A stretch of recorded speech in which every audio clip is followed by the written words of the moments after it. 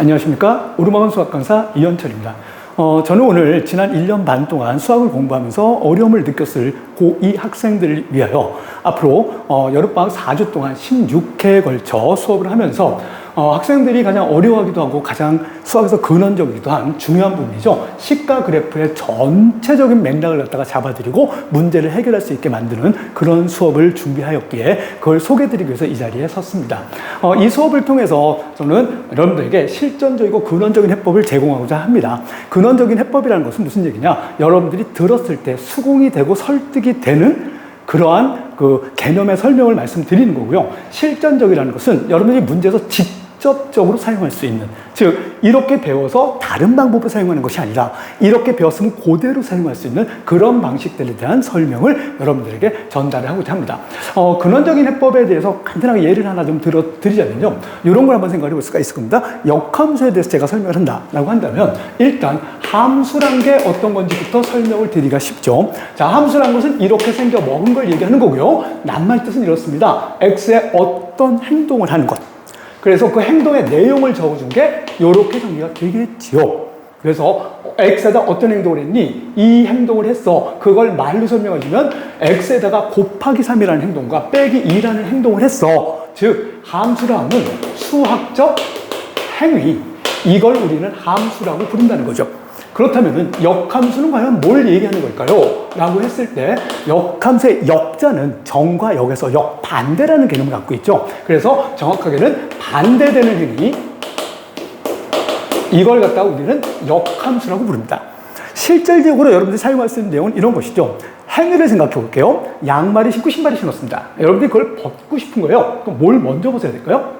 예, 당연히 신발을 벗고 양말을 벗어야 되겠죠. 자, 다시 한번 가보겠습니다. 양말을 신고 신발을 신었다는 거죠.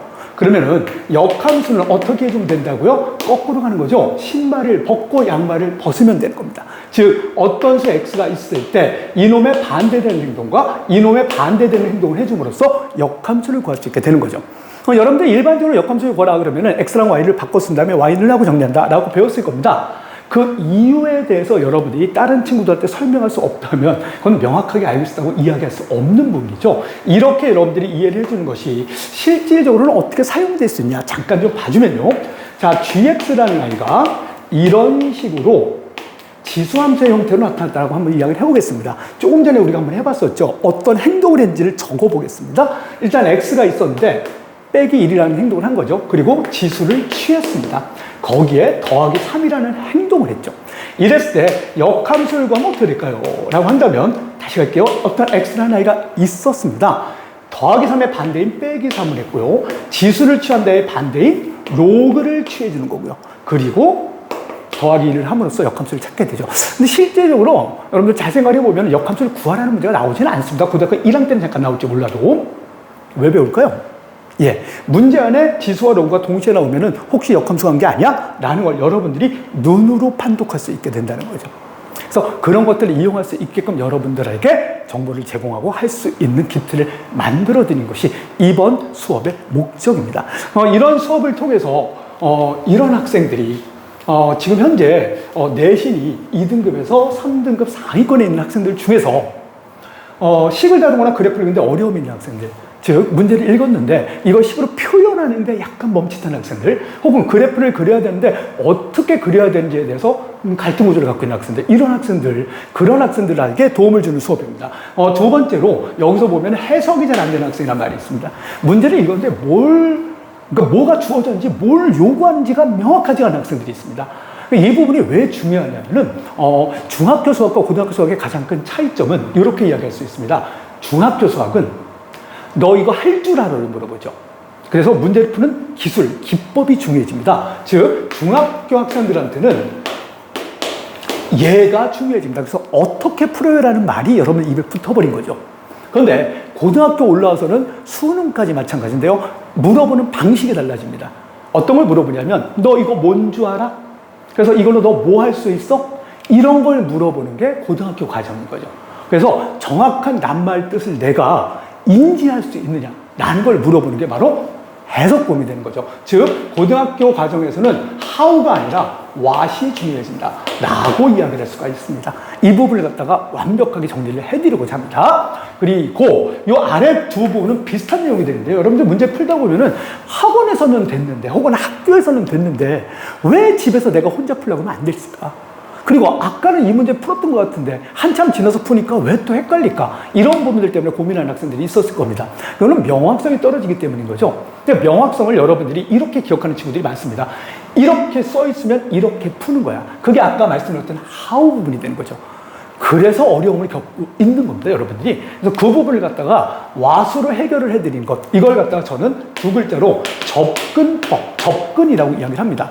수학은 근원적으로 해석 능력과 접근법을 배우는 걸로부터 모든 것이 해결될 수 있다라고 이야기를 하는 거죠. 이 부분에 해당되는 학생들에게 한 줄기 빛이 되어드리고 싶은 마음으로 이 수업을 개설을 한 거고, 그렇게 해서 제가 최종적으로 원하는 것은 일단 학생들이 문제를 읽고 해석하는데 어려움이 없어야 됩니다. 문제를 읽고 출발할 수 있게 만들어 드리는 거죠. 그러니까 문제를 읽고 한참 생각하는 과정이 이게 불필요한 과정이 됨을 여러분한테 알려드리고 싶은 거고요. 그리고 일단 그래프를 그릴 수 있어야 되겠죠. 이런 것들을 이용해서 올바른 접근, 즉 해석과 접근을 통해서 여러분들이 지금까지 느꼈던 수학의 벽이 허물어지게끔 그걸 만들어내는 것이 이 수업의 목적입니다. 최종적으로 수학을 포기할 이유를 없애버리는 것이 저의 조그마한 바람입니다. 큰 바람이 아니라 아주 굉장히 조그만 바람인데요. 이렇게 한번 생각을 해보셨으면 좋겠어요. 전 세계에서 수학 능력이 가장 뛰어난 학생들이 대한민국 학생들인데 그 대한민국 학생들이 가장 어려워하는 과목 중에 하나가 수학입니다. 이건 굉장히 모순적인 이야기입니다. 굉장히 뛰어난데 어려워한다는 건요. 무슨 말인지 이해가 되시겠죠? 그래서 저는 여러분들이 수학 따위에 발목이 잡히는 걸 원하지 않는 그런 입장이 되는 거고, 여러분들도 기억하셔야 될 것이 여러분들이 수학을 공부하는 능력의 문제가 아니라는 겁니다. 방향의 문제였고 인지의 문제였고 이런 것들이 해결된다면 저는 철저하게 지난 제가 수업을 시작하면서 거의 한 21년 동안 느껴왔던 부분인데, 우리나라 학생들은 수학을 못할 이유가 1도 없는 학생들이다 라는 것이 제가 지금까지 그러니까 수업을 진행하면서 느껴왔던 부분들이기도 합니다. 그래서 여러분들의 능력을 갖다가 반영할 수 있게 만들어지는데 최선을 다할 예정입니다. 그래서 이제 어떤 식으로 수업을 진행할 거냐 하면은, 첫 번째 이 부분이 제일 중요한 부분이 되는데요. 그러니까 여러분들이 지금까지 갖고 있던 식과 그래프에 대한 근원적인 모든 궁금증들을 다 해결해 드릴 예정입니다. 그래서 식이란 게 뭐냐? 그래서 그걸로 그래프를 그렸을 때 그래프를 어떻게 그리냐? 그리고 그래프가 의미하는 게 뭐냐? 그리고 그래프에서 너는 어느 부분을 관찰할 거냐? 하는 내용들을 쫙 정리해서 등식이 뭐고, 부등식이 뭐고, 최대 최소가 뭐고, 그리고 처음 보는 그래프는 또 어떻게 그릴 수 있지? 문제 풀다 나오는 대칭성과 주기성을 나는 어떻게 인지할 수 있지? 이런 부분들에 대한 이야기를 갖다가 첫 번째 주에 모든 것을 갖다 여러분들한테 쏟아 부을 예정입니다. 이 부분이 제 수업의 핵심이기도 합니다. 단언컨대 이 수업만 들어도 여러분들은 그게 그 뜻이었어? 이러면 좀 더 쉽게 해결되네? 라는 걸 명확하게 느낄 수 있을 거라고 확신합니다.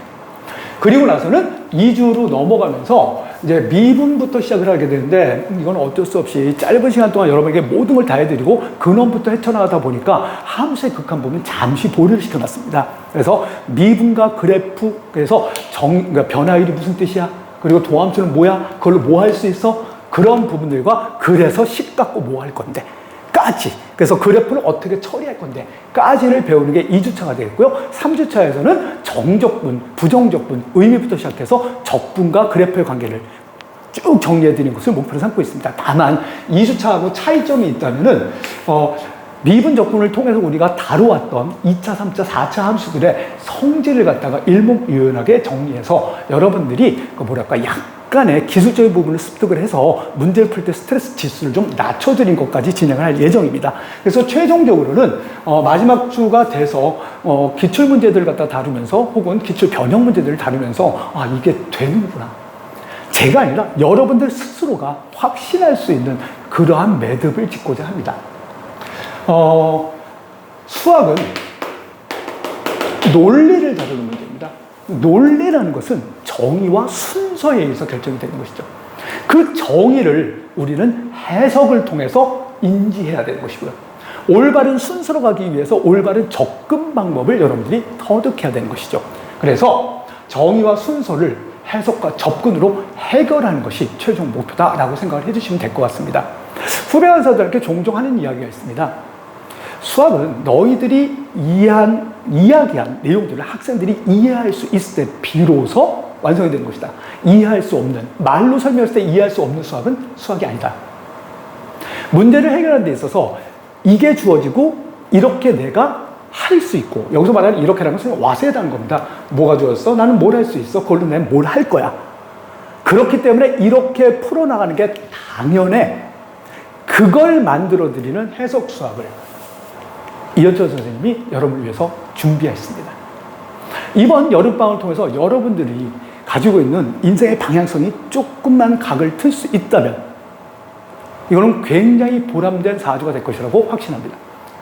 제가 준비한 이 수업을 통해서 저는 여러분들의 인생의 각이 살짝 변하게 만들 자신이 있습니다.